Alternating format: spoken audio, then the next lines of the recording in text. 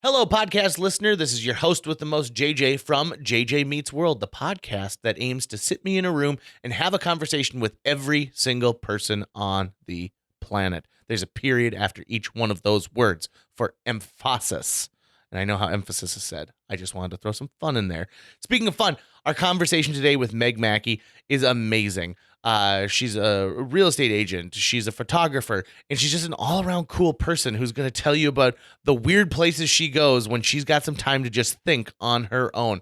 Plus, Tucker and I talk about rugs for a lot longer than you would imagine we could have a conversation about rugs. All of this and so much more on today's episode of JJ Meets World. And by the way, if you'd like to help support our podcast, visit jjmeetsworld.com where you can donate to our Patreon, pick up some killer swag at our merch shop, or click the link to Apple Podcasts and give us a 5-star review. 1, 2, 3, 4. JJ Gordon, sort of like that Indiana Jones, in that he's always sniffing out his next adventure. Yes, he is. He's always interviewing guests so he can have them on his show and they can talk about pop culture, arts, and leisure. JJ has his flag unfurled and he likes his french fries curled, and he's fun and then he twirled as he goes to meet the world. He will march into the rain even if his ankle sprained. Take a peek inside his brain. This podcast is called JJ Meets World. Sometimes I think people take for granted how difficult a simple decision can be. You think it's going to be easy, but it turns out it is something that you think about a lot before you commit to it. For example, I recently watched a couple argue over whether a 9x10 area rug should be horizontal or vertical in this room. Back and forth, we tried it both ways. Now, here's the problem. A 9x10 area rug only has 1 extra foot of length. Only 1 extra foot. It's 9, or you could say like it's got 1 less foot of width. So it's definitely a rectangle, but maybe not obviously at first glance. Exactly. Well, it's basically a square. Mm-hmm. I mean, it is so close to being a friggin' square that by the end of it, I was getting very frustrated. I said, we're not talking about like putting this thing like into a diamond shape. Okay. We're not talking about whether this should be stapled partially on the wall and then partially on the floor. It is a simple matter of part of it is going to go underneath the bed and then you don't disappear. So really you're talking about, you've got a 9x9 square you're working with. Who cares what it goes? But then, of course, the fact of the matter is there's a pattern. So once they decide it's going to be in one way, there's a pattern on it. So should the pattern be facing this direction, right, or should it be facing this direction? Because it kind of looks like, like when you see like a heart monitor, they're like boop, boop, boop, boop, boop. Right. It looks like one of those patterns. And this is one of those daily, should be simple decisions that we put too much time and effort into. Now, I'm not saying that it was they made the wrong choice or they shouldn't have discussed this, because you probably want to get it done once and be done with it. And you have to live with it. This is in their bedroom. And so it was important that they find it to be aesthetically pleasing. But when I walk into a room, I don't immediately go like, oh, the bookcase. Okay, so there's 4 shelves. Oh, but that was not spaced the way I want. I think to myself, who is noticing that?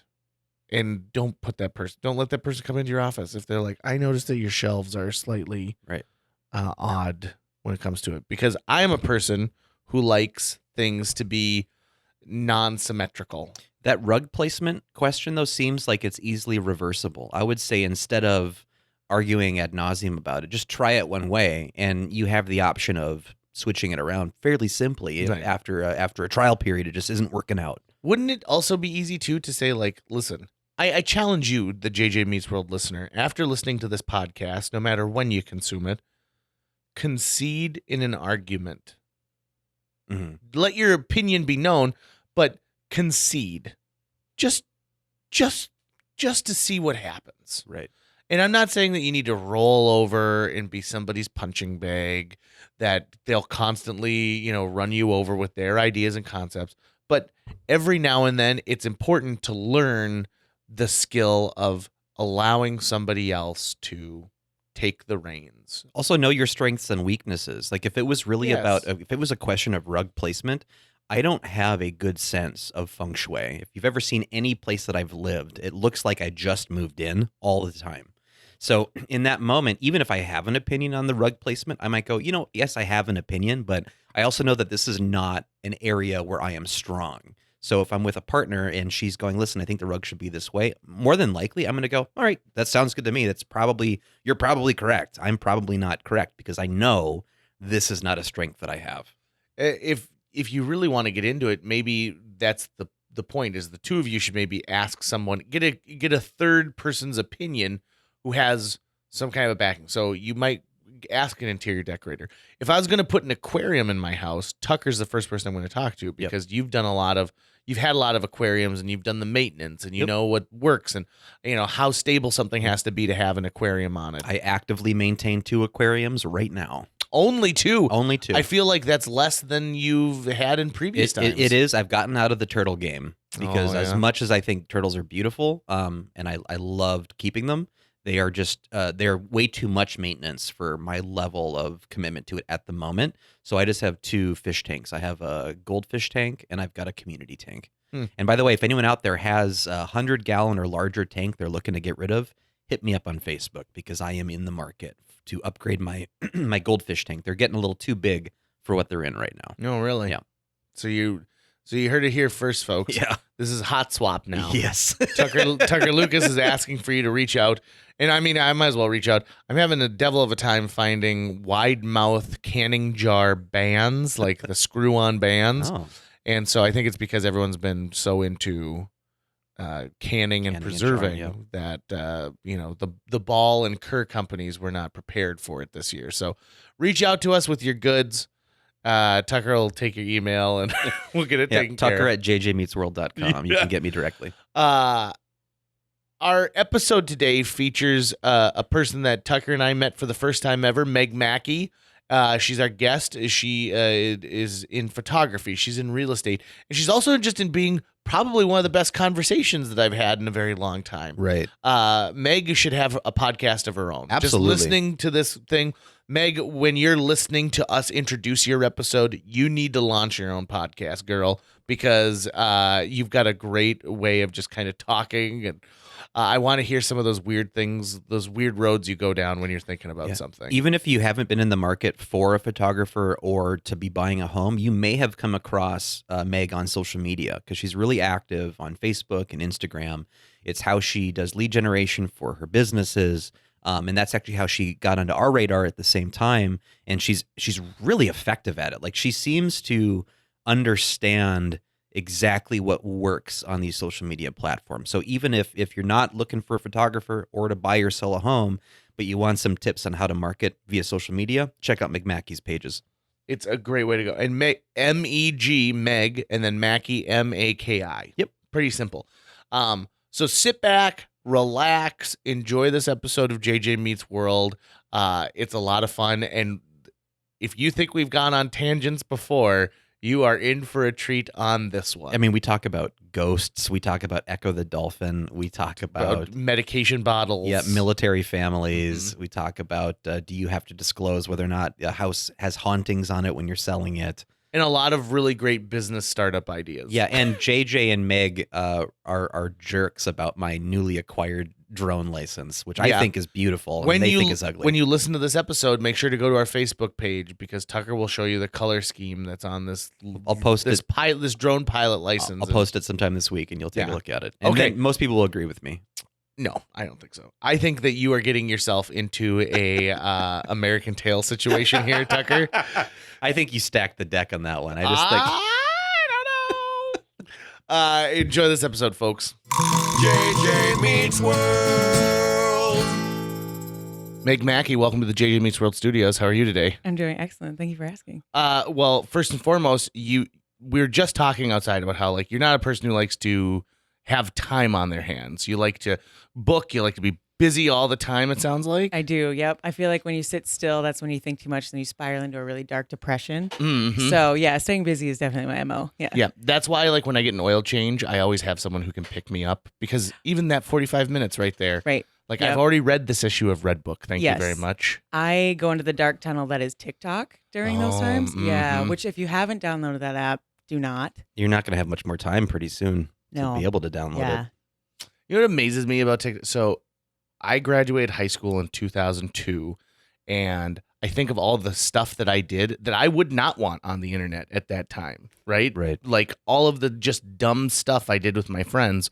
And yet now there are people who are getting tens of thousands of views every hour doing that dumb stuff. Maybe we missed out. We did. It's absurd. I even look back at like some of my early 2000 even Facebook status posts, which is just a single line verbiage, and it cringes. It's like, oh, ooh, I should have deleted my Facebook account a long time ago. One of my favorite stand-up comedians, her name is Christina Pajitsky, and she is obsessed with TikTok, and she has full like how-tos on how to curate your feed because there's an algorithm that TikTok uses, so whatever you're liking, it's going to start feeding you more of that stuff, and she doesn't want like the people's puppies and showing dance moves and stuff. She wants like the really dark side of TikTok. So she's got some great how-tos if you ever want to really see the dark side of TikTok out there. Oh, wow. Look up Christina P on YouTube. One of the people I work with loves TikTok, and so she'll send me stuff all the time. And it's great because she then will dig through TikTok to find what she thinks is worthy of my attention and then send it to me. It's a perfect like match made in heaven, to be That's nice. honest. It's an instant filter. She recently sent me one where a woman was picking carrots, and she's like, I planted these carrots like 3 months ago. I'm like finally excited to like take them out. And so she's pulling it out, and then there's someone playing the recorder, the theme from Titanic, My Heart Will Go On, but it is horribly off pitch and just like shrill because she pulls it out and the carrot is kind of deformed and weird, and it's stumpy and got all these extra vines on it. Yep. And I'm like, well, so this is what they're doing with it? And she's like, and this has 6 million views already. It's escalating. It's escalating very quickly. Would you like to know a fact about me, Meg? I before absolutely we start? would. So I have a viral video that's been out there and has been seen, like viewed millions and millions and millions of times. And so I was in a Doritos commercial for the Super Bowl. It was a competition. And made with some of the people right here in the very office we're podcasting from. Oh my god! And the premise is that there would be a guy who's eating Doritos while they're noodling for fish, and he's got Doritos dust on his fingers, and he pulls up a mermaid. And then another guy tries to get a mermaid, but he gets a merman instead. You know, And I so- have actually seen that one. Have Even though you? I do not like sports at all, I'm like the least sporty human in the world. But I have seen that commercial. You and I might be like I eye to eye for least sporty. I might have to get your autograph later. That's really neat. So, I've been recognized by one flight attendant, Oh, and that was pretty exciting. And then people like to tag me and it'd be like, hey, my friend who's never met you posted this from Barstool Sports or from Fishing Magazine and da-da-da-da-da. And so I'm like, that's great. But I have not gotten $1. I haven't gotten a No. bag of Doritos for free. They never even like just done a courtesy like, hey, man, thanks. I'm surprised at how many languages it's been subtitled into because Oh, that's yeah. where we would see it the most. It would show up on Facebook and it would be like in Croatian. Portuguese. and- Yeah. It was truly a universal video. yeah. Your humor translates to every continent. That's cool. I guess. Not yeah. many people can say that. There's also people who are extremely mad about it because we're supposed to be sort of these like Southern bumpkins. Oh, So yeah. people are mad about that too. They're like, they're making fun of the South. I was like, dude, we recorded that in a lake in October in Minnesota. Don't worry. We're fine. We're good to go. Everything's fine. Yeah. What do you think is the YouTube video you've viewed the most? Is there something you've gone back to or your go-to, like if everyone's sitting around and the conversation kind of dies down to the point where it's like, no, you guys got to see this one. See, I'm that 1% of the population that's not on YouTube all the time. Really? So that's a tough question to answer. Yeah. She's on TikTok. I would like panic. Yeah, I'd be like, oh, popular videos to search Be like on YouTube. And I'd be Cookie like, Monster "Ugh." rapping. Here Yeah, you go. it would not be good. You would be disappointed by whatever I pulled up. So you're keeping yourself busy because, and then you're avoiding all of these time wasters Well, except that for other TikTok. people are doing. Yeah. I mean, Yeah. just don't go down Dabble. it. You found a way to like avoid it, right? Yeah. Yeah. That is a 21st century like skill set. You put that on a resume somewhere that says, listen, I am not addicted to social media. I'm not addicted to these things, but Well- don't let me have it. Like Yeah. keep me engaged this Keep whole it, time. I'm an addictive personality, so I kind of know where the lines in the sand are. I'm like, okay, I know I'm going to be sucked into that vortex, so I should probably just leave that where it lies. Yeah. Interesting. Yeah. Okay, so let's talk a little bit about photography. Yeah. So let's that's do it. something that you have a passion for, huh? It is. Yep. How'd that come about? Actually, funny story. I was initially going to school for news broadcasting because I was very into that whole scene. And then I got into it. I got the local internship at the paper, started writing stories, photographing the events that were happening. And I kind of found that the news part of it wasn't so much my jam, but the photographing people in their environment, their happy space was. So that's when I started picking up a camera and kind of doing it that way. And then one day someone messaged me on Facebook and was like, hey, how much do you charge for this? And then I was like, oh, there's money to be made here. So the light kind of went off, and yeah, I've been doing it ever since 2008, give or take. Oh, wow. Yeah. So you're not just someone who's like, oh, I'll just start a career. I'll call myself a photographer and I'll grab an SLR camera and be good to go. Bring my cell phone to weddings. I'm like, oh, I'm your wedding photographer now. Yeah. No, it's a little bit more expanded than that. But yeah, it's been really good. Well, So- you've gotten into drones now too recently, haven't Oh, you? yeah. Wait, Yeah. what? Those are fun. Yeah. I'm gonna butcher that. I think it's a Mavic DJI is what I end up getting. But yeah, those are really sick. I feel like a pilot. That's what we have here. I just got my drone pilot's license Whoa. within the past 2 months. That is the worst color scheme I have ever These are my seen. favorite colors. What are you talking about, Ugh. dude? Yeah, it's It's supposed to look green. like you're on you're the curve of the earth. It's beautiful. No. Yeah. No. This is beautiful. It kind of looks like an NFL sports team that was made 100 years ago. And they're What? like, there It looks is. like that's his CSA card. I am like you so flash proud that of this to card. get your, And you guys like, are taking a big old dump on it. It is just. That's- You're Would like, you you're make 50 sure plus. that when we post this, you take a picture of the color scheme, like take your information off of it, but just so people can Yeah. see the card that we're the talking earth about. tones, Yeah. the beautiful blue sky and green earth. No, Sure. Yeah. Oh, yeah. no, I'll, I I'll just- show that to everybody. It's a garbage card. Yeah, right? I worked really hard for that garbage card, you guys. It's like when I see I have to someone. renew it every 2 years. Come on. To me, one of my favorite things is that they will let you choose your credit card layout nowadays. Yep. And so there's a lot. It's like getting a tattoo, right? Because you're going to be showing it off a lot. You know you're going to be judged by it. Yep. You've got to pick something that really represents you. And so I always thought it'd be funny to take a picture of Tucker's face. And then I'm using it, and they're like, "It's clear that you stole this credit card." And be like, "Did I? But did I though? Did I?" But everyone's too scared to ask those questions now. Even if I like go to a bar and I show the bouncer my ID, and it's like a dude in his 50s, and I show him the card, like I feel like the world is so sensitive now that no one dares ask me, like, "Are you a female?" Yeah. Or like, "Yes, this is me. My Yeah. name is Paul." Have a good time. Yeah, going through my transformation. Isn't that Yeah. really weird that like we are in this world where we're very sensitive to we all know that the world has changed as far as what pronouns you use, and we're all trying to figure out how that works in our world. Sometimes there are just moments where you're like, it's clear to me that you are trying to get into this bar using a fake ID. Right. And we're afraid to call that out at this point. Right. We're like, you are literally wearing Oshkosh Bagosh overalls, Mhm. and it's clear Say to that me 5 times fast. I can't. And it's clear to me that you are 17 years old. Right. But I don't want to say anything, so Nope. just come on Continue through. Yeah. Yep. My problem is I can't tell age anymore. So I think we've gotten to this point of where you can look almost exactly the same from age 15 to age 60. Yep. And it's hard for me to distinguish. So when someone says, well, how old do you think that person is? I go, I don't know. 70? Is that the wrong answer? That definitely started the generation before us, though, because I don't know if you guys have noticed, but like when you're 15 now, the awkward stage doesn't exist. You are like instantly a 21-year-old, especially females. I'm like, I had braces, glasses, headgear. Like I didn't know how to dress. I was wearing Aeropostale, but these other women are coming in 14 years old, looking like I don't. Looking like they're going clubbing. Yes, right? exactly. And I'm like, okay, all right. You've totally missed that stage of your life. All I know is that I'm at the age now where when people guess my age, they guess that I'm older than I am. And it used to be they guess that I'm younger than I'm in. So I've been dealing with that depression lately. Where it's like, no, I'm not 42. I'm 35, but thanks. 42. Oh, no. I am dressing the same way I did in high school. This is really what Yeah, I would have been dressed in it's high exactly school. the same. But I stopped dressing like this for a while because I thought, oh, I got to look adult. I got to look professional. And then I got married and I'm like, you know what? I've done it. I have a job. I'm married. I don't need to impress anybody anymore. Hawaiian shirts rule my world. I had somebody ask me that the other day, too. I'm a little bit more dressed up today just because I was meeting you guys. But We're normally, a pretty big deal. Yeah. Oh, yeah. Normally, it's just like yogas and a T-shirt. And people ask me, oh, you show houses? You go up to photography, things like that? I'm like, yeah.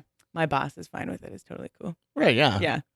It's not. I'm not the one buying the house. No. They're the ones buying the house, right? Hopefully, they're looking at the crown molding more than they're looking at me, and being like, you know what? Those are last year's Target yoga pants. last So season. I Yeah. don't think that we really should buy this house Instantly from her. hate it. Yeah. When you're doing photography, are you doing all types? Are you doing wedding, newborns, any like commercial work? I dabble in a little bit of everything. So portrait is kind of my jam. So I kind of center around weddings, senior photos, families, things of that nature. Newborns, however, I don't dabble in newborns. That is a beast of its own, and I have mad respect for the people who can do that and have the patience for it. You know, to get one single newborn photo, it can take hours. Really? Yeah, because you're like waiting for the baby to fall asleep, or then it wakes up and needs a nurse, and there's like a million different factors. I'm a control freak, so I can't control the baby's behaviors. I'm like, They don't follow directions well. correct. They're working on it, but it's JJ's like not that there a yet. lot. I am. I'm very Photographing difficult. JJ's almost like It's photographing awful. a newborn. Mm-hmm. Got to wait Tucker for him keep- to eat. Got to make sure he's not grumpy. Tucker keeps trying to dress me up like as a cow. Like he's Why? like, we're gonna take a barnyard photo, and I'm like, I don't want to. But why? Yeah, right. And then he tries to swaddle me, and I'm like, I'm uncomfortable. I can't move my arms. I'm trying to get a beef sponsorship yeah, for the show. beef. JJ. It's what's for dinner. Yeah. JJ Meets World, brought to you by the North Dakota Beef Council. Yeah, well, ever since you insulted that dairy guy, we can't get the dairy. Oh yeah, corporations no, in. he doesn't like Oh. that. That's the only episode we can't air. Did you have a is- funny dairy joke that he didn't approve of? No. I was just talking in general about dairy and my dislike for different pockets of the dairy industry, Oh. and he did not care for that at all.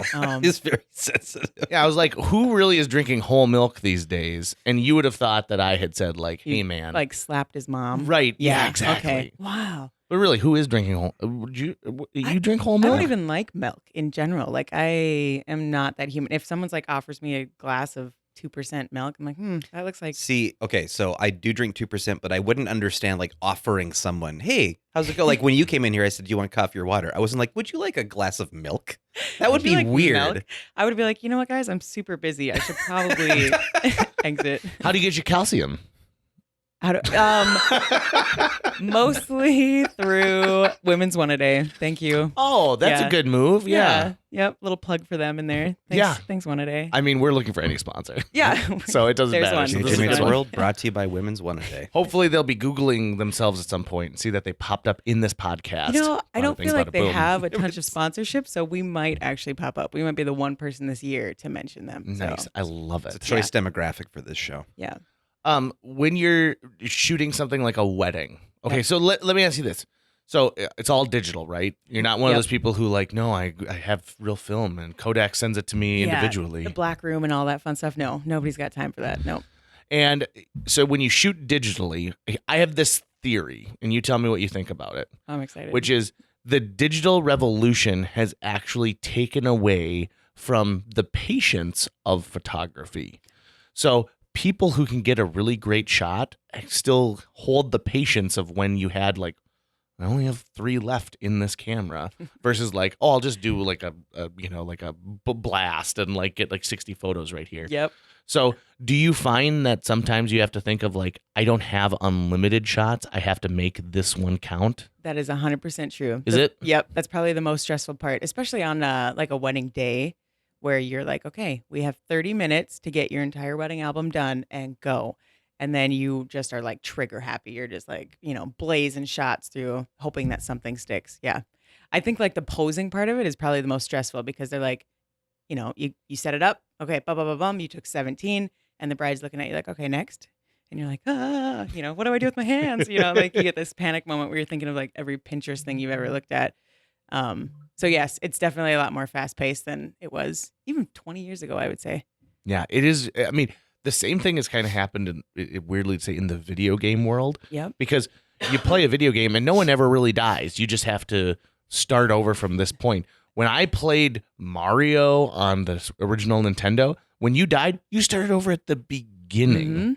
That's very Like true. that's it. Like You're done. Sonic. Did you ever play Sonic? Oh yeah, Hell's a yeah, lot of it. Sonic 2 is my A lot jam. of it. There was a dolphin game that no one ever Echo Echo. the Dolphin. Oh my God. Echo the We Dolphin. just became best I friends. have Yeah. Echo the Dolphin, and I cannot figure out how to play that game. Like I have it. I try it maybe once a year, and I'm like, I don't know what I'm doing. I'm swimming the dolphin, but I don't know what I'm supposed to do with the dolphin.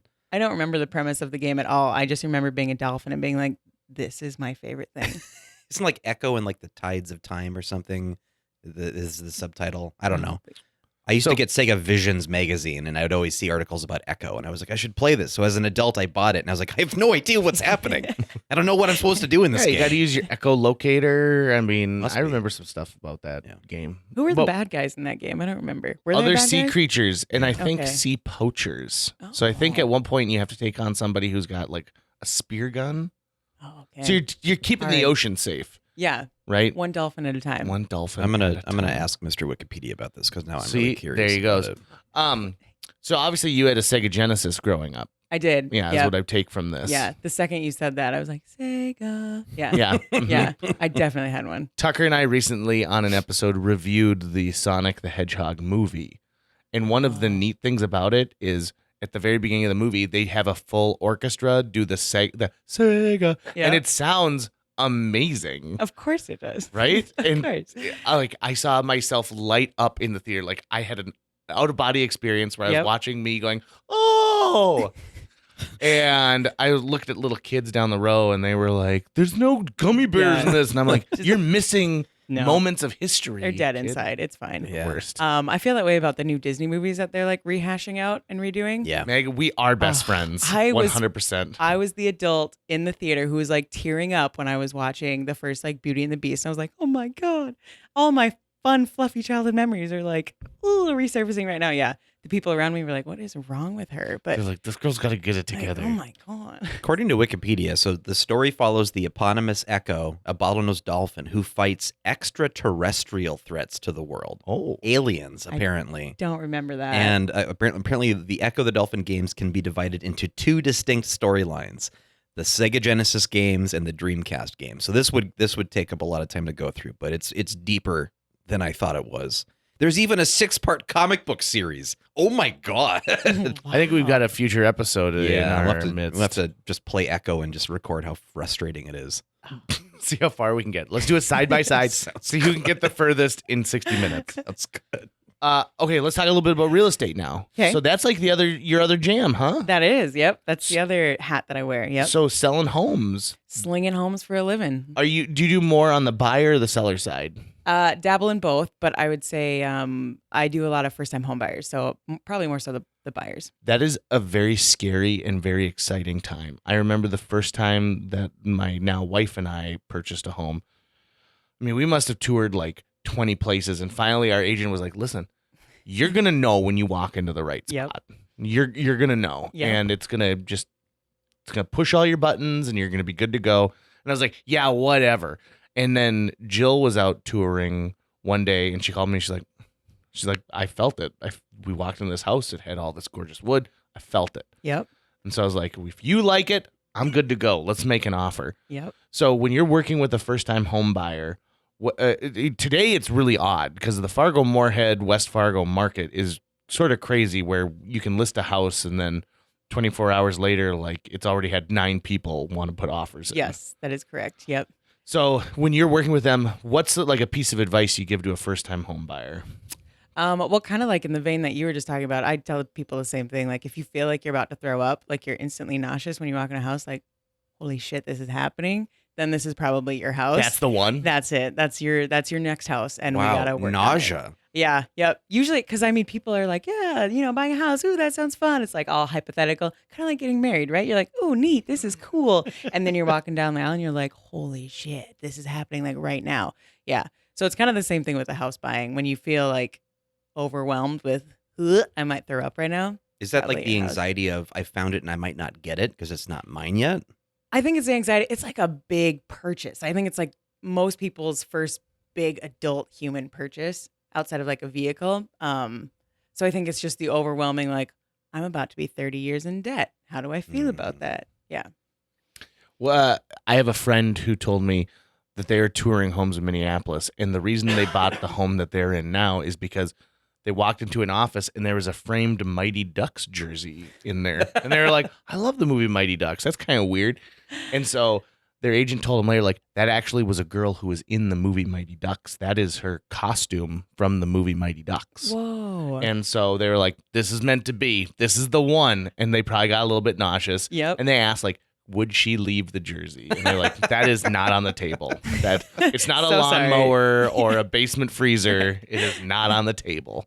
That's really cool though. There are some people who are like that though, where they like pick up on little things. In this neck of the woods, it's a lot of Vikings. Like if a room is painted purple and gold, people are like, oh my God, they knew it. It's for me. They knew I was coming. I'm like, yeah, that's what it was. It's for you. So there's definitely a lot of that still. I like that. Yep.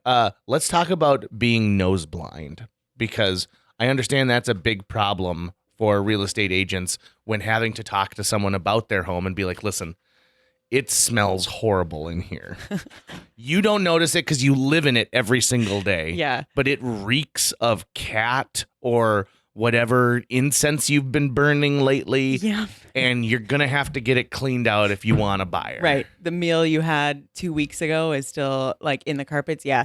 I'm generally a very blunt person. And at the end of the day, like you hired me to sell this for you. So if I feel like that's not going to sell your home, I'm just going to, hey, your house smells like a cat pissed everywhere. And, you know, we could all use a little bit of that blunt honesty these days, right? I think so. It's refreshing. Yeah. And if it's the difference between getting someone to look at your house and want to put an offer in on the spot versus someone who's like, we're going to go home and think about it a little bit. And they're like, oh, their house really stunk. That was awful. Oh my God. Yeah. Are there any tricks in real estate that you use when someone comes in, and not like a trick to trick somebody, but like these are things that we do. So for example, like, do you tell your clients to get rid of family photos? Yes, absolutely. Yeah. Yep. Because you don't want people to attach like a face to the Right. house. Well, yeah, you want them to walk in and see themselves living there, not you living there. Oh. Yeah. So you want to kind of like detach yourself. You want to stage it well enough where it looks homey and warm and inviting. That's why people bake like the cookies and do all that fluffy stuff. But yeah, you don't want to walk in and be like, wow, what a nice their home. You want to feel like, wow, this could be my home. How about this as an idea? It's a business that I'm going to start, okay? Oh, yep. Ready. Okay. And it's called Picture Yourself. And so what it is real estate agents would get my services and say, listen, I'm bringing in this person, this family is going to walk through this house. So I put a bunch of digital frames everywhere, and I go on their Facebook and Instagram accounts, and I get pictures of them and then upload them. So it is pictures of them all over the house. Wow. That What do you would think about that? creep me out. Not if I didn't know that was about to happen. It sounds walk into a room and be aggressive. like, Right? Yeah. why am Wouldn't I you- all over this Right. house? Wouldn't you? And then like you wouldn't be able to stop thinking about it. You wouldn't be able to stop thinking about it. Definitely a power move. Might be a little creepy, Right. but I mean, you could dabble. Do you know, speaking of like hiring people to do random things, you can hire someone to be like your maid of honor or your best man? What? Oh, yeah. I believe there was a Kevin Hart movie that was all about that, where he was a best man for hire. I Yeah. didn't catch that What? one. But yeah, people like Yep. fake to pretend to know your life, and they'll like you'll meet up with them beforehand, and they'll get the lowdown on like, okay, who's your family, who are your friends, like what do you need from me? Like they'll basically tailor the speeches and the dances, everything.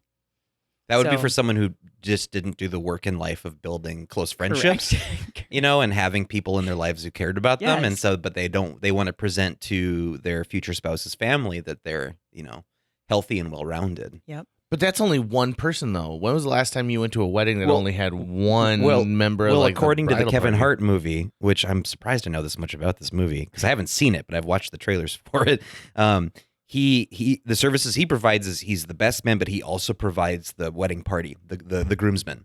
So like it's like putting like a team of experts together. You get in this movie, it's like this is the demolition expert and this is the blah blah blah, right? Well, this guy does the liquor and this guy blah blah blah blah blah. So he brings together the whole wedding party for Josh Gad, I think is the. What? is Does the- does is he the like groom. accidentally fall in love with the bride or? No, I think they become real friends. It's quite the twist. Because it shows that the problem he's always running into is the guy who hires him to be his best man ends up almost, quote unquote, falling in love with him as friends go. He's like, I thought we actually kind of had a friendship going here. Maybe we could keep this going. He's like, no. This was all business. Purely Platonic. PayPal. Yeah, and I think Josh Gad gets through the harsh exterior. This is the big question that I always want to ask realtors about. Ooh. How do you handle hauntings? If there's Hauntings? a ghost in the house. Oh, I got a story for you. Are you ready for a Yo, story? yes, Ooh, please. ooh, okay, everyone's rubbing their hands together. So I very much dislike vacant homes out in the middle of nowhere, right? For many reasons. I'm a female and I'm younger, and yeah, so I don't generally enjoy going out to random places in the middle of nowhere by myself at night. With a virtual stranger. Correct. Not my jam. So I show up to this house. It's vacant. I'm there to take the listing photos, right? So I go through the house And the entire home is completely vacant, minus this one red ball that's sitting like in the middle of the living room, which in and of itself, you know, everybody watched the movie It. Yep. We're not Yep. into red Mhm, sphere-shaped We all items float anymore. down here. Yeah. Correct. Yeah. Ooh, I didn't like that. I'm sorry. My apologies. So there's this one red ball sitting in the middle of the living room, and so I'm photographing the house, and you know when you kind of get just eerie vibes from a place. Like, I don't know if it's an omen. I'm not really a big superstitious person, but I wasn't feeling this place. So I'm walking through the house and I'm photographing it, and this red ball's there. I walk into one room. There's nothing on the shelves. Again, it's vacant. I walk out, and it sounds like something has tipped off of a shelf and shattered on the floor. So I walk back into the room, and I'm like, okay, where's this item that I accidentally bumped or, you know, hit off? There's nothing in the room. It's still a vacant room. There's still no shelving. There's nothing. And I'm like, okay, we're going to leave now. I don't like this jam at all. So yeah. But anyways, there was all the like little sounds in a house that aren't like piping. It's not like squeaky floors. It was just very odd, specific sounds that I thought, there's like 72 entities living in here, and I don't Mhm. like any of them. Well, when you have to disclose like parts of like a house's history to potential buyers, you have Yep. to be like, just so you know, there is a spectral bride that lives up in the attic, and you're gonna have to deal with that. In North Dakota, Minnesota, you actually don't legally have to disclose that. So Oh, surprise. okay. Yeah. There are other states that do. Okay. Our states, you have to disclose if it was ever a meth house. So Oh, really? yeah, you'll get to know that. That's a fun Hmm. treat Mm. for you. Yeah. Discount. So you find out if you've got asbestos tile and if it was a meth lab. Correct. Oh, interesting. Yeah. But nothing about the guy who died in the meth explosion. Nothing Yeah, about no, It was still- no headless No. groundskeeper you have Nope. to talk about that lives in the basement. Old Man Winter's still there. Yep. When I was looking for that first house, we found a house on a one-way street that was beautiful. It was old. It had one of those like full wood wraparound porches. The house was expertly decorated, but they said it's move-in ready right now. It's being sold by through an estate. And so I thought, oh, well, that's kind of neat that, this thing is move-in ready and they're willing to like anything you want in here. Like you buy it, you can buy the furniture, you got the whole thing. And so my wife and I loved it. We looked through it a couple of times and we thought, yep, we're going to make an offer. And our agent said, listen, the one thing I need to tell you this, because you're going to find out eventually, is the woman who used to own this house was a real estate agent and she took her own life Oh, in no. the basement. Oh, no. And I was like, that is a tragic story. That's horrible, but I don't think it bothers me. I don't think that there's anything attached to this house. Yep. But so the last time we went through, before we were going to make the offer, we went down into the basement and the ceiling seemed so low. And I just got this feeling. Mm-hmm. It wasn't good nauseous. Mm-mm. It was like a bad nauseous. And I hadn't eaten anything that day, so I couldn't even blame it on like button caps, like mushroom button caps or anything. So I walk outside and Jill immediately looks at me and she's like, I feel weird. I feel so weird about this place. I Yep. don't know what to say. It just feels weird. And she's like, I know. And then our agent was like, also, if you don't want this house, but you want to justify it to yourself, the disclosure was filled out by this woman's brother who lives in another state. And there's nothing on it. And I would never tell someone to buy a home that has absolutely nothing on the disclosure. Right. She's like, so you can justify you being afraid of a ghost through paperwork. And I was like, oh, thank you so much. I like that. Right? That really helps me. Yeah.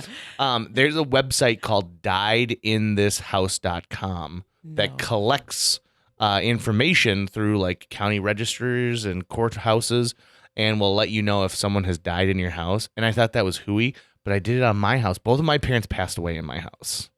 And so they're both listed in this thing. And like, it was pretty recent. Like it was a couple months after my mom died where I was like, I wonder if they've done this. Sure enough, boom, on there. Wow. Yeah. So you can, it's like $9.99, but you can search any address in the United States Wow. and find out who died in that house. I don't know. I think ignorance is bliss for me. Is it? Yeah, because I'm one of those people, like, I feel like if you are thinking about it too much mentally, you're like inviting it into your home. You know, I'm one of those. So I'm like, I think I'd rather just not know. I'd rather be a fun surprise when I'm living there 5 years and then I get snatched in the middle of the night. Yeah. If you walk through a closet and all of a sudden you're on the like spectral plane, Right. Like that's what you want. There's that red balloon floating up suddenly. I'm like, okay, I asked for this. Are you the key master? Right. If you're interested, listener or Meg, we have a great episode with Jody Harvilla, who is a psychic medium from a few back. Like it's in the late hundreds. Yeah. And she talks about going in and like helping people cleanse their houses of energy. And she goes, it's not necessarily good or bad. It's just, she goes, it's like something is like someone burned toast and you can just kind of smell it in the air a little bit. Yep. She goes, sometimes people just want that, moved out of their house. And I was like, that is insane. It's like the nicer side of like exorcism. Right. Cool. Right. Hey, this is a mini story. So the movie The Exorcist, right? I worked with a comedian for years who told me that he had a personal connection to The Exorcist. And I was like, what? Because it's based off of a book, which is based off of a real life account. And so the young priest in the movie The Exorcist, the guy that's based off of, was actually his youth pastor. Like the guy was much older at the time, or by the time he was there. And so he goes, everyone kind of found out about it. Like someone kind of put 2 to 2 together and they're like, hey, could you, Father Thomas, could you tell us about this? And he said, like, you have to give me a couple of days to kind of put my thoughts together, but I will have a discussion with you and anyone else in the congregation who would want to know, but I will only do this once. And so he said, like, most people chickened out, but a couple people did end up going. I so would have gone to that. Are you kidding me? No, Yeah. not for me. Do you know we've had, like, there in North Dakota, we've had like 6 exorcisms take place in this state. What? Yeah, but the church is trying to sweep it under the mat.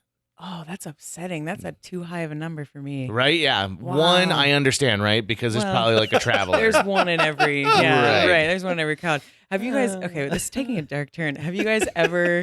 This is a TikTok turn. Have you guys ever like dabbled in like Ouija boards or any of that like extracurricular? I used to have a Ouija board in high school. Yeah. Okay, tell me, did that turn into anything, or was it kind of a hoax? Well, I mean, I'm probably going to upset some people. I think it's total BS. Yeah. But it's definitely fun. I think it was fun in the Dabbling moment. with the devil is enjoyable to you. I'm concerned about you guys. Yeah. I mean, usually I just sacrifice a chicken and dance naked, blood soaked Good. on a grave. But that time it Your was just a Ouija 30th board. was a great night. Yeah. Casual Tuesday night over here. At no point did I ever feel like demons or anything was happening. I think there's one school of thought that it's not demons you're dealing with. It's just the dead. It's just those who have passed on beyond you and they're communicating through you. I think it's mostly the group of you is pushing it in one direction. There's sort of like a group suggestion that's going on. I don't know for a fact. I think if I was a ghost, the Ouija board would be the lamest way I'd want to communicate. You'd rather go through like a Monopoly board? I would prefer to do Ghostwriter from PBS, where he would just type onto a computer and be like, let me just be very clear about what I'm talking about. This is what you should do. For a second, I thought you were talking about the Nicolas Cage movie Ghost Rider. No. Disappointed in you as a person. Ghost Writer, Which- not Writer. Writer. Yeah. So the PBS series Writer. And I would never reference it as the Nicolas Cage movie. I would reference it as the Marvel Comics character from the 1970s. So I'm a little disappointed in you because you think that that's where it comes from. Yeah. See, I started that movie and got about 5 minutes in, and it was like, no. That's this 5 is minutes not- beyond I even went through it. No, Ghost Writer, which was a show on PBS where a ghost would help these kids solve mysteries. And the way the ghost could communicate in 2 ways. Either if you're at the computer, you could communicate and the ghost would be able to like type on the computer to you. But you could also just take a bunch of letters and like put them on in front of you. Right? Yeah, like you could even write them out. Like I he think could rearrange letters like on a fridge, right? Like from coupons and stuff like that to make what looked like a kidnapping letter every time. But he would basically help give clues to these kid detectives to solve he wouldn't mysteries. tell them who did it, but he'd give them enough to Well. get themselves into danger. Yeah. Kind of rude, but It okay, was. yeah.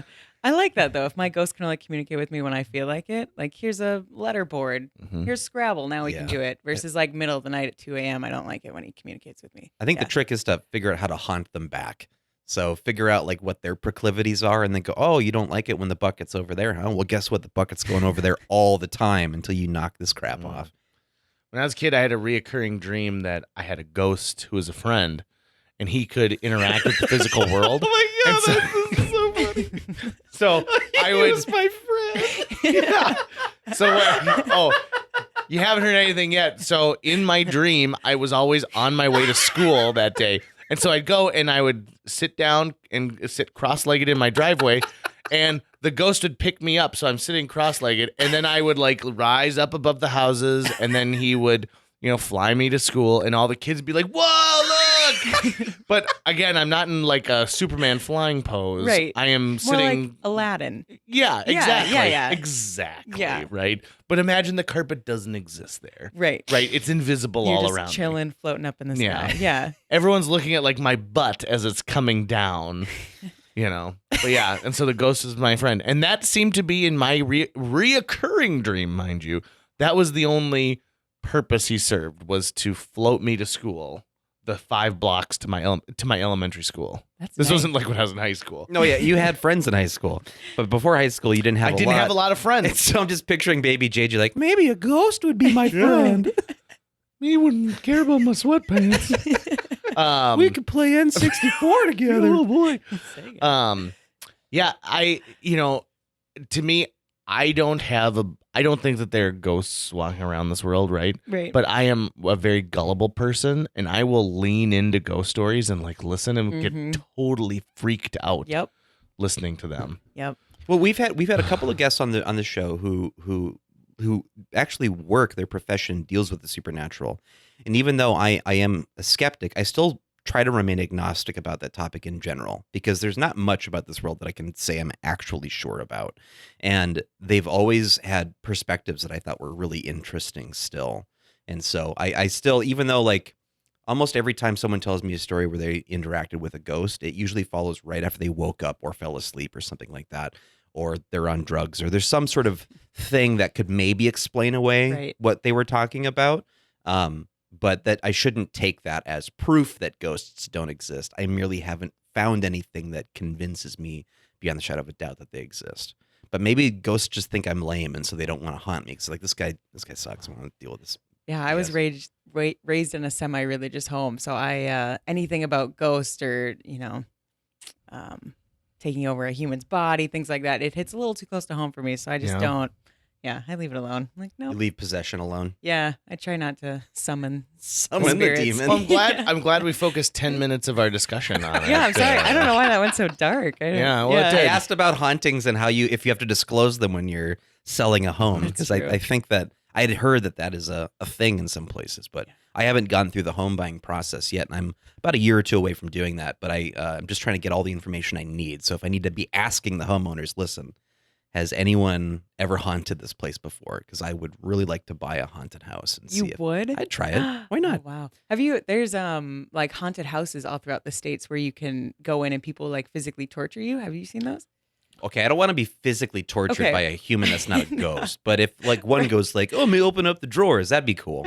But there's haunted houses all across the states you can go to too. You're talking like during Halloween and stuff where you can Yeah. go. Okay. Oh, yeah. But I've done that before, but that's not what I'm looking for. There's some really extreme houses though where they will like pretend to basically steal you as a human, and then you get locked into these houses and they pin you upside down and they waterboard you, and like there's a million. I'll pass on that. Yeah, that sounds miserable. There's even Valley Fair does this thing called like Fright Nights or something, yeah. where or Valley Scare is what they call it. Yep. And my wife did it one year, and I'm like, oh my God, where they like dump buckets of like fake blood on you. And I mean, they go intense. I think it's dulled down a little bit because I've been going kind of every other year for a while, and now it's to the point where like they're not allowed to touch you. They're not allowed to. There's like a That certain would make sense feet to not let parameter. them touch you and stuff. Yeah. Yeah, but here's the thing. You're paying for that experience, right? Like you want it to be as scary as possible. Isn't that the Yeah. challenge you make when you exchange money for your ticket is like, oh, okay, scare me. Right. It's true. And so you want the person out there who's like, listen, you can take the chain off of a chainsaw and it still looks and it smells and you see like the gas and like, so like if you put that all the way up and then touch someone's arm with it, nothing's going to happen, but they are going to in their mind think you just chainsawed my arm. Right. Which I would not want to be a worker at one of those settings. I feel like you'd get punched in the face a lot. Oh yeah. Yeah. That fight or flight thing, I feel like that would come out.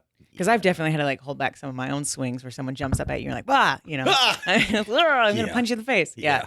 I wouldn't want to be that guy. They probably don't get paid enough. Or they get paid the exact right amount because they're unemployable in other places. That also like, could be it. Oh, welcome to McDonald's. Welcome to McDonald's hiring fair. Listen, we're looking for people. We're starting at $15.50 an hour. Could you tell me about your previous experience? Well, I like to frighten people. So what I'd like to do here is I think it would be a lot of fun to take hamburger patties, and when they open them up, it looks like a human being's face. Wow. Right? So maybe not everyone's going to look, but maybe every 50th burger someone actually looks. Yeah. They're like, oh, well, that's not a skill that we want. You should try Burger King. Yeah. Then they're like, you are going to be front of house now. You can be talking to everyone who comes through. I would rather start, instead of a haunted house, like an anxiety house, where like you show up and go, okay, half the people here have coronavirus, just so you know. We can't know which ones are going to have them. Also, here are all your school books. We're not going to tell you what classes you're supposed to be in. You're supposed to figure it out on your own. And because those are the dreams that I have, like at night, that scare me. That's the thing that actually scares me. Not someone jumping out with like a weird mask on. Yeah. That's not the thing I'm into. You know what I could do is a type A house where room to room are things that would drive a type A person nuts. For example, like a fan that like has like a ticking noise, like while it's like tick, tick, tick, tick, tick, tick, tick. One of the picture frames is off. Yep. The wallpaper is like a pattern that's just slightly askew. Oh, yeah. That would drive people nuts. Wow. See, we're coming with all these great business ideas. You have ideas. So you've blended two things that work really well together with the photography and real estate, because obviously you can take your own home photos if you want, and you can help people stage those homes in that way. What is, and you don't have to say when or where, but what are some of the odder things you have seen inside somebody's home that made it a home for them, but certainly wouldn't make it home for someone else? For example, Ooh. I at one point toured a house that had a clown collection in a bedroom. Clown dolls, marionettes, old school like Italian clowns, like a giant blow up bozo like punching thing. Oh, wow. And I said, nope. The energy of this room is not matching. Sage my cannot personality. fix this. Right, yeah. Yeah, there's definitely some odd ones that you walk into. I think most of the ones that really stand out to me are things that builders have done in the past, like in basements where you'll walk downstairs and there's literally a throne for your toilet, like in the middle of the room. And you're like, but why? Who is actually utilizing that? Or like carpet in bathrooms, like right below like your toilet and your tub. Like Demi Moore. Yeah. And you're like, what? She's got carpet in her bathroom. That was a big thing recently where she was zooming. She started a podcast and she was zooming from her bathroom, and they took a photo of her and the bathroom was fully carpeted, and she blamed it on Bruce Willis. There's got to be so much mold Yeah, under that. that's disgusting. That's too much. Yeah, way too much. No. It's all about the pad with carpeting. I found that out. You can get cheap carpeting, but if you go nice on the pad, Then it's worth it's it. luxurious. Where are you from originally, Meg? I grew up military family, actually. So, Really? Yep, born in Mississippi, and then we kind of bounced around every couple of years until, my dad retired from Air Force, and he's now in Crookston, Minnesota. So we are, and then all of his children kind of like spread like a virus across the U.S. So, what when you've got a life where you're bouncing around enough, was it tough, like, to make new friends, or did you become really good at like putting yourself into the community immediately because you've done it so many times? I'm a self-proclaimed introverted extrovert, so I can flip it on when needed, and I can definitely enjoy my alone time and being by myself. But yeah, I mean, growing up military was more, you get really, really close with your family because that's the consistent in that equation, and then you kind of learn to read people quickly and adapt quickly. And yeah, I get that question a lot where people are like, oh, that's too bad. You grew up, where you didn't really have any like lifelong friends. And I think it benefits me a lot though, because now I can kind of read a room and I can read situations and people a lot faster and adapt. So change is not scary to me. I bet it made ending like personal relationships really easy. Be like, it's not working out. Snip, See ya. snip. Yeah, you been cut. Sorry, it's Yeah. the military. It's not you. It's not me. It's the military. Yeah, I could blame my childhood issues. Yeah, no, it's not bad. I think for the most part, I have really good people in my life, so I don't have to take out the scissors often. But That's good. yeah, That's good. yeah, Any of your siblings go into the military? yep. My sister married into a military family, so her husband's also in the Air Force. They're in Oklahoma currently. My brother never dabbled in the Air Force. He actually went, he's a pastor now. So that's the route that he went. And then, no, I have dated military boys, but never became one myself. I always find it really interesting because I know people whose entire life is ingrained in the military. Like my grandfather, my dad, my mom, four of my cousins and my aunt. And now, I'm getting into it. And I always think like, I don't know if there's any other career that has that sort of built-in like networking. It's true, right? Yep. Because like you don't run into a real estate agent and be like, well, I'm a 6th generation real estate agent in my family. You do not. No, I think it's like a pride thing too, though. Like it's a honor, respect. I mean, when you're in the military, you are very, for the most part, very patriotic. You go home at the end of the day and you're like, yeah, I feel really good about what I've done today. And I think kids, especially, they read into that and they pick up on that. And I mean, yeah. It's also nice to know you're going to be part of a team. Like, you are part of something larger than yourself. Yep. In that aspect. Tucker and I, we didn't serve in the military, mainly because I was the guy who, because my parents were rather neglectful and didn't like get on top of me when I was 18 and like make me do stuff.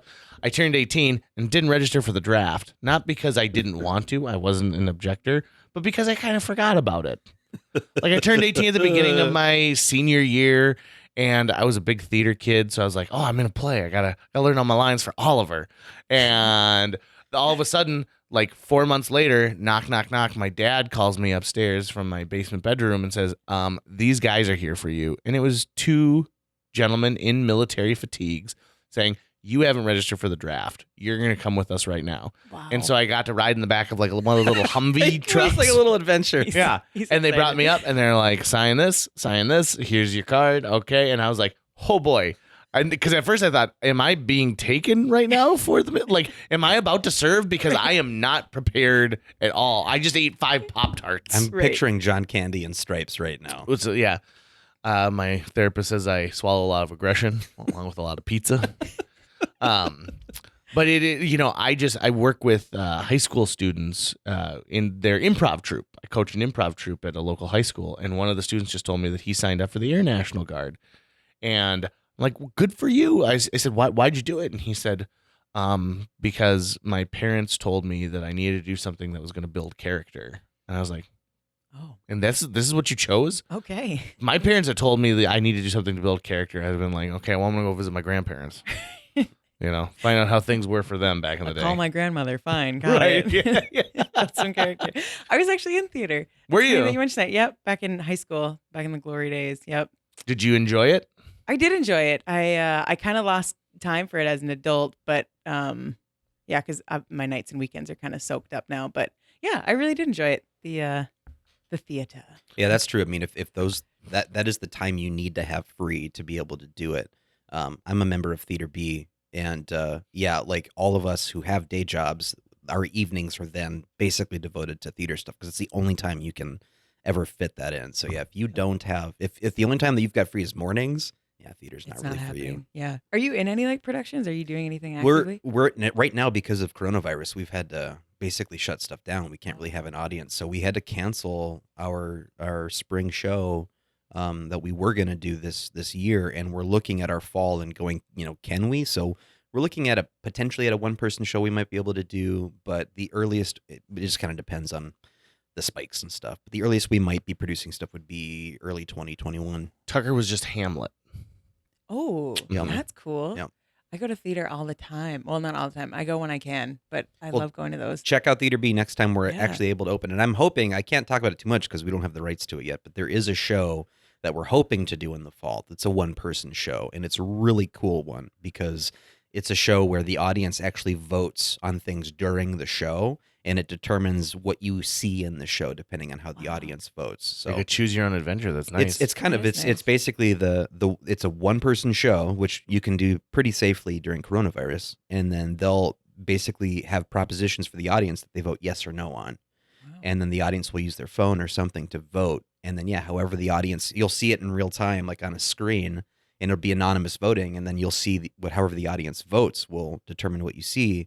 And we're hoping we can do the show with both an audience, like a live audience, but also on the internet, so that you could be streaming and watching it from home and vote and participate that way. But we're still figuring out the rights to it, if we can do it, if it's something we even want to take on. So maybe something in the fall, but if not, 2021, we'll have shows coming up again. That'd be tough as an actor to do it online, I feel like. Because don't you feed off the audience a ton? You definitely do. But you can still do it. I mean, in rehearsals, we don't have an audience. And so the audience, you're right, does bring an energy to it that feels really cool. But when coronavirus first hit and we had to cancel our live show, we were doing Zoom theater like once a week, where we would just do staged readings of stuff. And even just knowing that people were watching us online, you got the same butterflies that you got from having an audience present with you. It would be tough to do comedy, I think, because that's when you're hearing the laughter coming from the audience. That's the thing that really, really feeds you. But if you're doing drama where you're not necessarily expecting them to vocalize or verbalize something, it's okay. Not the same thing. Would much prefer to have a live audience, but we're a Minnesota-based theater, so it really kind of depends on what the state of Minnesota says we can do, what we think we can do safely. So it might be a situation where we have a live audience, but it's only at like 20% capacity. Everyone's in masks, and we rope off, what seats you can sit in and stuff. But we'll see. We'll see what happens. Theaters have been hit really hard during all this, because even in normal times, it's nearly impossible to make money doing live theater, unless you're like in New York. And even then, it's really, really difficult. So that's why most theater companies are nonprofits, because there's just not a for-profit model that can really sustain the costs of it. So you have to go the other route. Shout out to Amy Klobuchar for the Save Our Stages Act, Woohoo. which will bring a lot of funding that is much needed at this time as well. Do you guys have that reoccurring dream where you're on stage and you don't know any of your lines? Yep. Yes, Yep. the actor's nightmare. Yep, I have that all the time. That's awful. The worst one I Yep. had was 2004, and I was doing Camelot over at FMCT. And the week before we started, I had a dream that at the last minute, they changed the play from Camelot to Spider-Man 2. And I was still Mordred, but it was in Spider-Man 2. And there was a dance number where like 20 people dressed as Spider-Man came on stage and were dancing as Spider-Man. And I went on stage to do my monologue, and I couldn't remember anything. I think I didn't have pants on. Like every anxiety thing you can think of happened in that dream. Yeah. Wow.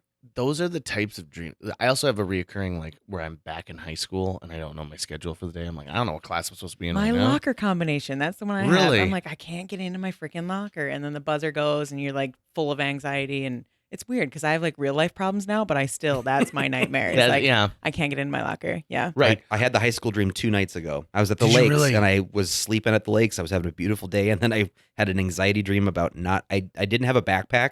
So I was carrying all of my books and papers with me, and they were falling out of my hands. And I knew that I was going to the wrong room every time, and I didn't know which room I was supposed to go to. I was Yep. getting yelled at by teachers. It sucked. Oh, that's funny. I didn't know people had that dream. It's not something you talk about normally. Oh yeah, on this podcast is the Yeah, type of welcome stuff to we talk about on a JJMW's regular world. basis. And ghost haunting and ghost So- writer. When you do find time for yourself, like what do you have hobbies that you enjoy? Like, do you ride horses or something? Alcohol. Is that Okay. a hobby? That's Yeah. a great one. Yep. It's a great one. I enjoy drinking alcohol. What are you drinking right now? What's your current jam? Are you Ooh. like a mango White Claw girl? Ooh, thank you for thinking I'm super basic, but no, I am. I'm a gin and soda kind of gal. Really? Yeah, I go for the hard stuff. Like, are we drinking or are we not? That's Mhm. kind of my. Yeah. Okay, so what's your preference on gin? Because people think gin is gin, but there is a huge difference in That's gins. true. There is. I'm a cheap Okay. alcoholic, if that counts. So I usually whatever rail is, I'm like, yep, that's great. Just put a little lime in it, and it cancels out whatever is going on down there. Mm. Mhm. So What do I you am do for fun? I get drunk. a drink. I'm also from North Dakota, so Yeah, right. Yeah, like, exactly. That's 90% of the population here. Yeah, right now everyone's like, I really identify with that, Meg. North Dakota by way of Mississippi, and that's a bad recipe for You're right. alcoholism, You're I right. guess. When I drink a gin and tonic, I like it with a cucumber in it. Ooh, that's Mhm. fancy. Yeah, that's my jam. I like that. That's a Mhm. twist. I'll have But to you ask for can't that next you time. can't find that in a lot of the small town bars. Cucumber? Yeah. Oh, Like yeah, I if you suppose. ask for a cucumber in your gin and tonic, they'll be like, I'll have a Coors Light to your table in a few moments. Yeah, they're like Bush Light. Is that what you said? Did you stutter? Yeah. The one with the corn on the side of it? That one? Is that what you want? There's even down south. What is it? If you ask for a Morgan Diet, they look at you sideways. I don't know what that means. But you're like, the alcohol, Morgan. Yeah. Captain Morgan. But then you're like, oh, Captain. Okay, that's what you want. Oh, really? Yeah. When I was in Frisco a couple years ago, I got that sideways look a lot when I asked for a rum diet or a Coke diet, whatever I asked for. Interesting. Yeah. And these are from the people who are shoving peanuts into their Coca-Cola. Correct. So it shouldn't be that odd that they have. Although in Texas, they call everything Coke. They do it in That's Kentucky true. too. Do they? My dad's from Kentucky, and everything there is a Coke. And when he drinks booze, it's just Jack and Coke. That's all he does. Just a Jack and Coke? That's it. I thought he used to drink Captain. See, I'm filling in the words here. Yeah, Captain Coke. I guess not. Huh. I wasn't a drinker in high school. I didn't actually start to drink until I was 21, which means that I had a lot of my friends who did this horrible, horrible trick with like, oh, it's a blueberry, summer shandy beer. Oh, it tastes just like a blueberry muffin. So I take a sip thinking it's going to taste like a blueberry muffin. That's bullshit. It tastes like a beer Yep. and like maybe a little bit of blueberry aftertaste, but Yep. not enough for me to go like, for me to go, bleh. And so like, or when people are like, oh, you should have some Dr. McGillicuddy's. Like, don't worry. It's peppermint. It's just like gum. It's So then not like gum. Yeah, it's not. It is the opposite of gum. I'll sit there and chew on gum. That gets out For of my hours, mouth right? immediately. Yeah. Yeah. Yeah. Mhm. To me, I understand why you're adding flavorings to these spirits, but for the most part, like you're never going to give me what I want. Like No. there's nobody out there making mozzarella stick vodka. Or like Kool-Aid jammers. Like, can we turn that into an alcohol, My please? God, we Yeah. are best friends. Like an ecto cooler Yeah. of some kind. I always thought if you made a Capri Sun that has booze in it, Yep. I'm all about it. I'm in. You know? 110%. You'd see more adult like soccer leagues like popping up on the weekends. Oh, you'd be like, I'm bringing snacks this week. Although beer darts would get more complicated if it was like a Kool-Aid jammer vibe. Yeah. You might have to skip that game. Yeah, we'd have to figure out something else. Maybe it's a ring toss, Yeah. right? There you go. Yeah. 'Cause Or that kind of Beersby. fits. That could still work. Oh, yeah. Yeah, absolutely. Yeah. For years, I worked at WeFest. I was the head of camping down there. And so I loved watching the new drinking games that Mhm. came out because the ingenuity that goes into some of these like ultra basic, like you need 3 things, but it provides hours of entertainment are Yep. amazing. Some of the things I love the most, the Louisville Chugger. Are you familiar? No, please tell me Okay. more. So the simple like plastic baseball bats, that little kids have, yeah. and the Yep. little plastic ball, you get them at the dime store, probably cost $1.50. So what you do is you snip the bottom end of the bat off and you fill it with beer. Oh my god. Okay, and so you chug it, and however long it takes you to chug it, that's the in seconds. That's the number of times you have to put the bat on the ground and then put your forehead on the bat and then go around in a circle, right? So if it takes you 6 seconds, you do 1, 2, 3, 4, 5, 6, and then you stand up and someone pitches the ball at you, and if you hit it, you get to pick the next person to do the Louisville Chugger. Wow. What happens if you miss? It just kind of like waits for the next person. Okay. So that was really popular, right? Wow. And then It sounds dangerous. That's a lot of beer. That's a lot of spinning. Yeah. Oh, yeah. I mean, it's one of those games you play out in the sun, Right. with a bunch where of it's, people. where it's real safe. We're going to It's get a- dehydrated. Day drinking game. Yeah. Yeah. And you're also sharing it with a bunch of strangers. You're sharing the tip of the Louisville Chugger with a lot of strangers. And then the other one that was really popular was you would take like a yard flamingo and Oh. you would cut part of the beak off because it's hollow inside, and you'd fill that with something and walk around carrying this flamingo. And then it would look like you're kissing the flamingo, but they drink from it. Wow. I've never packed for a day of drinking with a pink flamingo and a rubber mallet or whatever. Oh, you described. should. You yeah. should. I got to up my game though. Yeah. Yeah. Have you guys heard of the is it mullet lunge or luge? Have you heard of that? Oh no. Oh yeah, it's a terrible, terrible game. So I have a buddy of mine who has a mullet, and it's a beautiful, glorious mullet, right?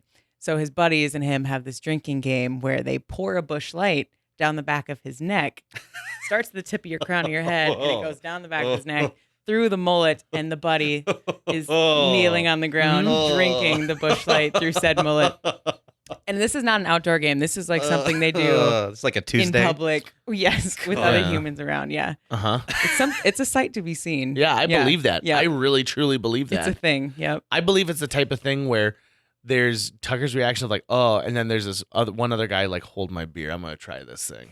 Like they're probably strangers who've wanted to Oh, yes. get in on the mullet luge. It's amazing what alcohol does to a person. Mhm. Yep. Mm-hmm. Mm-hmm. Especially In when fact- it's your hobby. fact, here's another business Right. idea. Make a hat that just has like a funnel on it, right? Like it's built with like this little funnel and tubing. And so you walk around and you're like, who wants to take a sip off of my beer hat or off of my gin and tonic cap? Did you guys ever have like when you were in elementary school? Call or it the nightcap. Sorry. Sorry. Some business would come in and you'd have to like try to sell things out of like a catalog, and then if you got like enough points or sales, you could get something like in the catalog. Yeah, Yes. I was awesome at it. So that happened a couple times, and every time I always wanted the helmet with the two can holders with the thing. I just thought that was the best thing, and I never sold enough like jewelry or whatever it was we were trying to sell $700 worth of merch. Yeah, to get to your make- $20 hat. to make that happen. I don't know why that was always so intriguing to me. I just thought, oh, this is like the best thing ever. I could drink 2 sodas at the same time. And then I finally tried it as an adult, and I was very disappointed. It sucks. Yeah. Like the science is not there for it. No. So, I threw out the mango White Claw there. Yep. And like you got some nice shade thrown right yeah, back at me, got which a I little, enjoy. little trigger. You Yeah, know? there we go. But I do find that it's interesting because for a long time the liquor industry only marketed towards men. They're like, beer is for men. Yep. That's all it is. Yep. And like women only drink martinis. Right. That's it. Yeah. But really it's because their husband introduced them. They're so lucky that they've got husbands. So nice. And in the last like 10 years, I think that the liquor industry has really realized like, actually, who's really drinking this and who's Mhm. willing to spend more for quality is the female side of the market. Yep. So do you feel like you're constantly being marketed to? If I am, I'm not aware of it. So they're doing an excellent job, I guess. How do you feel about social media marketing, like targeted marketing? I feel like it's kind of flipping a switch because I know more and more women are speaking out about that kind of thing. Like, hey, we're gonna get real deep here, but I'm worth more than just having a husband. Like, I'm not here Right. just for this guy in my life. Absolutely. So, yeah, I feel like it's taking a turn definitely where women don't feel like they need to be what's the word I'm looking for? Solidified in that way. Sure. Yeah. I'm a big fan of targeted marketing for me to avoid other ads. So, for example, if I watch a lot of Murder, She Wrote, Mm-hmm. right, on television, there's going to be ads for like, you're 75 now, you should get, American Glory life insurance and stuff for incontinence. And I like the fact that with targeted marketing, they're saying like, listen, this kid's got a couple more years until he's incontinent. So we'll wait for those ads. Right. We'll push something else that he's been Googling or talking about and they're listening to right now. Yeah. Is your best friend a ghost?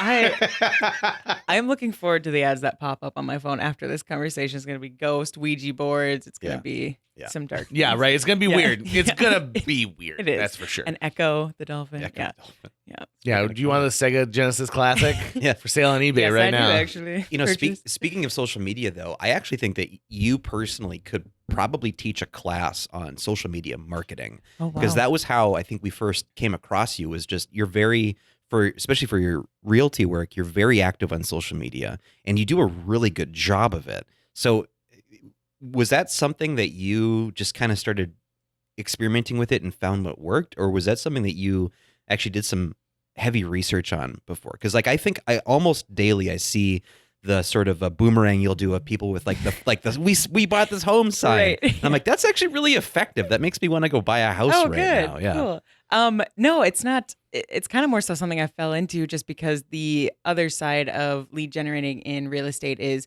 cold calling, door knocking, things that I hate like a lot. I hate a lot. So I wanted to find if there was like a more consistent venue that I could go through that I actually enjoyed too, rather than feeling like I was a telemarketer. So I started posting these things about behind the scenes of my day-to-day life, and people responded well to it. So I kind of doubled down on it and found what people enjoy watching and I enjoy doing. And I think it's just kind of a nice little match made in heaven. Yeah, it's effective. I mean,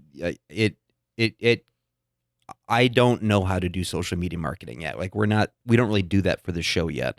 But a lot of people that do social media marketing also clearly don't know how to do social media marketing. Yeah. Because they're not really tailoring or figuring out what seems to work on the platform. Like they might go, oh, I remember what it was like to make a 30-second commercial for television. And so I'm going to make something like that, but put it on Facebook. Yep. But it's just a totally different world. There's times too where I'll spend 3+ hours on creating a video or like, masterminding it and executing it perfectly. And then I'll post it out there and I'll get like 2 likes. And I'm like, this was supposed to be a banger. Meanwhile, I'll post a boomerang of me doing jazz hands for 5 seconds and everybody and their mother loves it and comments and shares it. And I'm like, okay. So I still think I'm sorting out what works and what doesn't. But yeah, it's fun experimenting nonetheless. It also changes like every 10 minutes too. So Yeah. it's It something does. that you have to keep on top of to say like, okay, so I made the mistake of being like, I'm going to learn how to Facebook. Yep. And I got into it late to the game. I also was way late to the game on texting. Like I refused until I had a keyboard on my phone to text people. And then I feel like I got good at Facebook, but then like Twitter, everyone was like, nah, I'm not. I'm on Twitter now. And then I tried Snapchat and I don't understand Snapchat. It's And- okay. Snapchat's like the booty call of social media anyway. Is it so don't worry really? about that. Yeah. Don't worry Well, about that. and now there's TikTok, and I'm like, well, I could probably lip sync to a Tina Turner song, but I don't know. Like, what am I doing here? You're above it. You don't have to do that. Yeah. Yeah. What do you think about someone who posts the same thing on like 5 different platforms? I think each platform reads content differently. So I could post something on my Instagram story that won't read well at all on my Facebook and vice versa. Plus, their algorithms are both constantly shifting. So something that I execute wonderfully on Facebook, if I execute it the exact same way on Instagram, will completely flop. So Instagram, I feel like, is the more casual, back end things versus Facebook is more of like, here's a completed product. Look what I did, that kind of thing. I think that one of the things we need to look at nowadays is getting rid of the fishbowl with business cards in it Oh, that yes. restaurants do, like win a free lunch, Yep. put your business card in here, and figure out a way where there's like some kind of a digital device. And it's like, hey, tap your phone here and like it'll collect your Instagram information and it'll like say like, oh, Meg won a free lunch and like follow her on Instagram at this, at this address. That's a good idea. Right? Because I feel like no one's really carrying around a business. I can't tell you the last time I looked at a business card for information. Like, if you gave me your business card at the end of this and I decided tomorrow, like, I need to buy a townhome, I'm going to get a hold of Meg. Yep. I wouldn't reach into my wallet and pull that out. I would just find you on the internet. That's true. That's You very know? true. Although I still have to carry them all the time. Bet you do. Because the second that I don't, someone's like, excuse me, do you have a business card? I'm like, And there's nothing Sure don't. more unprofessional than saying, Yeah. like, trust me, I am a professional, but I don't have business You cards. can find me on Yeah. TikTok. I have wrote my phone number and name on the back of bar coasters before. I'm Sure. like, so sorry. Here you go. They ended up calling anyways. But the point is that it looks very bad. Yeah. I always loved when people took like non-traditional business card ideas. So, for example, I had a friend in Chicago who bought 10,000 used cassette tapes. Wow. Yeah, just random old cassette tapes. And then he bought a sticker and he put it on them. And so what he did like music engineering. He didn't record anything over. So whatever was on the tape was on the tape. And he'd hand that out as his business card to people. And they'd be like, oh, I popped it in the stereo in my car expecting to hear, like, hi, my name is, John Markinson and I'm doing this. But what it was, in fact, was like, maybe like a pastor, like talking to like a youth group, or a Megadeth, album number 1, but only the B-side. Right. And he said, I got more attention from those than you could imagine. The problem is now is that it's hard to find a tape player anymore. It's true. So that secondary action of putting it in the tape player almost is impossible. Even with a CD player, I came upon a disc recently that said evidence on it. That's all that is written. That's what's written on the CD, evidence. Wow. And I've been like, I got to pop this in somewhere. Well, Yeah. I don't have a computer with a disk drive anymore. And I went to work and, my work has computers from like 2001.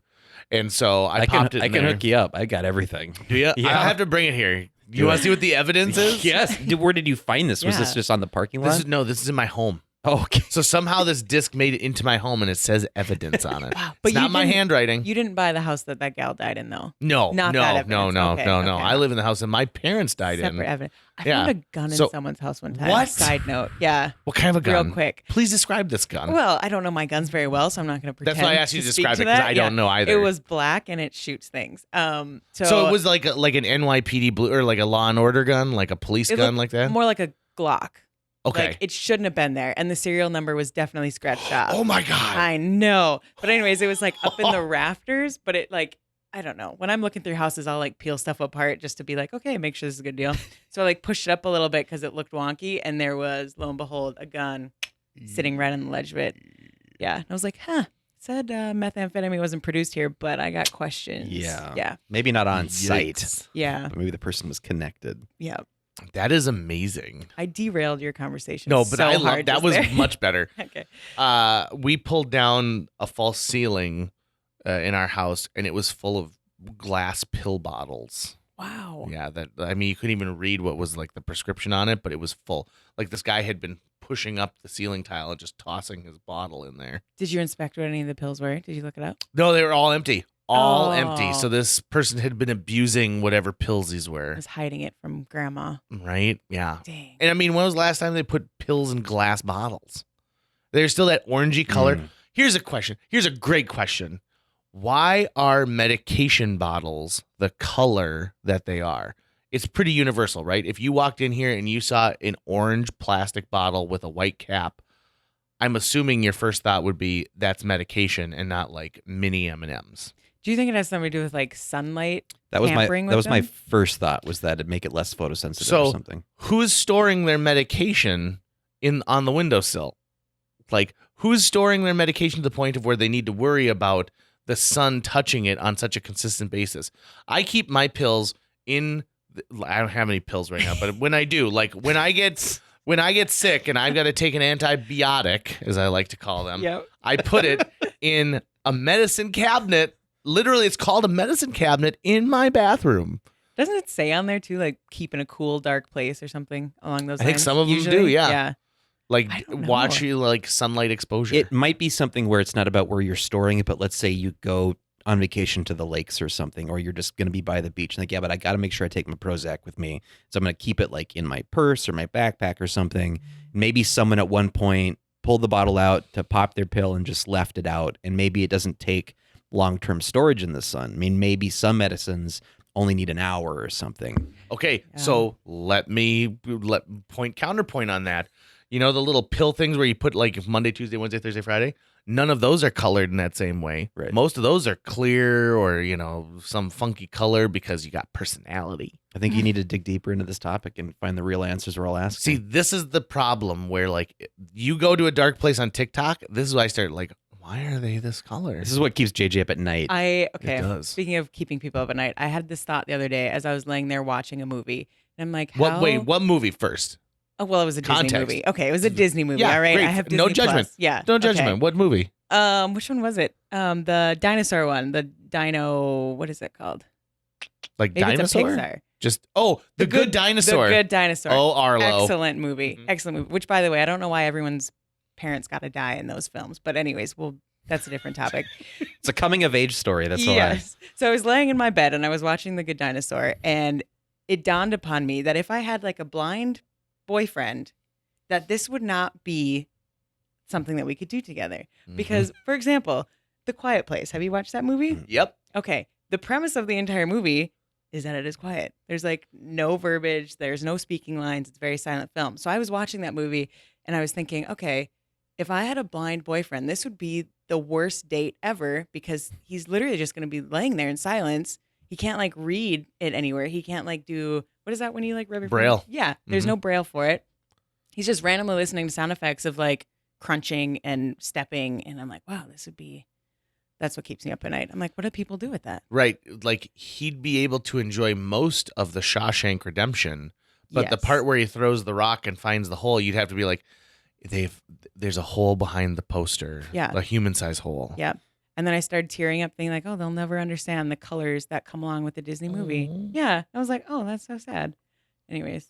But you get a deeper appreciation for other things. You do. And so I think that it's a very interesting thought, because there are things where you can go to movies where you get this earpiece and there's an audio description. Theater B does that for their plays. So if you're blind, you can go to the show and you can hear the words, but then there's also someone in your earpiece being like, they cross over and fill a coffee cup. And so you can still get this experience.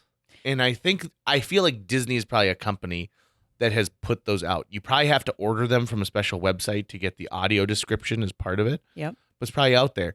Now, that being said, though, it is incredibly interesting that you just thought of that right there. Like, Yeah, I you're don't like, know. I'm loving this movie right now. But did you like close your eyes for a second? I don't And, know. like- Maybe it was like a long blink. I was about to fall asleep or something. I'm like, what's happening? And then Mhm. it startles you and wakes up. I don't know. It's just one of those things that pops in your brain. You start dissecting it further and further until you're like, it's 2 a.m. in the morning and you're like crying in your bed and you're like, why am I here? What's happening? Hmm, Yeah. It's interesting. Yeah. I never would have thought about that, but now that's all I'm going to think You're gonna about for think the about rest of the day. Yep. That and pill bottles. Also, you made a comment like 2 seconds ago where you're like, okay, it's like you get the idea through hearing it, Mhm. but what if you've been blind your whole life? How do you visualize someone picking up a cup of coffee if you've never actually physically seen it? Mm-hmm. That's a very interesting question. So there is something that happens in the human brain where, because you're seeing through touch, right? Right. So you touch this and it's a coffee cup and you've memorized like what the touch looks like in the coffee cup. And so if you had to have someone draw a coffee cup, it might look different than what you'd assume. Maybe the cup doesn't have the depth it has and little pieces like that. And so you're completely right. Like, but think about that. They're experiencing the same thing you are with a drastically different result. That's Like, bizarre. yeah. Well, and they can maybe understand, like you're saying, shapes, but like the concept of color entirely would just be like, how would you even how do you describe green? Right. How do you describe red? Or that's the one that I think about a lot. Is like, there's just, but I guess they don't even, someone who was just born without sight would just not even wouldn't know necessarily what it is they're missing. They just know this one thing. Do you think that, so my eyes are different than your eyes, which are different than Tucker's eyes. And so my perception of the green wall that's in here might be different than yours. It might be a shade off, or it might be actually like drastically different. Mm-hmm. And so I know when they're choosing like the Pantone color of the year, it's been kind of debated over the last couple of years, the fact that like, well, these people who probably have like eyes have found this color that they think is the color of the year, but it doesn't mean the same thing to everybody who's out there. So I recently was talking with an expert on color blindness, and she's like, there are varying degrees of color blindness. It's not like either you see only in black and white and gray or you see in color. There are some people who are sensitive to reds, and so reds all appear to be the same tone. And I think about that same thing with the idea of like, how many things in our life are based around color? So a stop sign is red. So even if it doesn't say stop on it, you know it's a stop sign based on the fact that it's a red octagon. Right. Right? So the colors on a stoplight, there's a reason why they go in the exact same order everywhere you are. It's because people know that, okay, so this is stop, this is caution, this is go, based on where it is in the tier system. And so I think we've kind of started to think about those things as we evolve as human beings to say like, okay, so if we're not all the same, if it's not what's good for the goose is good for the gander, let's figure out a way to make these universal in a different way. And I'm just fascinated by that. That's very cool. Yeah. Also, that might be why we disliked his card earlier and he loves it. Yeah. Maybe we see the same kind of colors. You guys need to get your eyes checked. That is, you did a great way of really bringing Bring it it full home? circle Yeah, like do you that. like Like that? that's great. Yeah. Meg, this has been a ton of fun. This has been a wonderful conversation. I hope you enjoy your Disney Plus as you Thank go you. along. I will. If people are interested in hiring you for photography, or maybe they want to buy or sell a home with you, how can they find you? Facebook, Instagram, you can text me, you can stalk me, smoke signals, Meg Maki Photography, and then Meg Maki Real Estate. Pretty easy to find. Oh, that's awesome. Yeah. Okay. You've been an awesome guest. Thank you so much for spending Yeah. some time with us today. Thanks for having me, guys. That's going to wrap it up for today's show. If you enjoyed this episode and would like to help us continue to produce new episodes each week, visit jjmeetsworld.com, where you can donate to our Patreon, pick up some swag at the merch shop, or follow our link to Apple Podcasts and leave us a 5-star review. You can also follow us on social media. We're on Facebook, Instagram, Twitter, YouTube, all the sites the cool kids are using these days. JJ Meets World is produced every week by Tucker Lucas. You can find out more about Tucker's work by visiting moonbasemaria.com. If you want to get in touch with your host with the most, check out linebenders.com, where you can find direct contact info for JJ or booking information. I remember someone telling me that medication bottles, when M&M Minis came out, they were like, oh, yeah, they're shaped like medicine bottles because people are addicted to pills and they want them to be addicted to chocolate too. And I was like, you're stupid.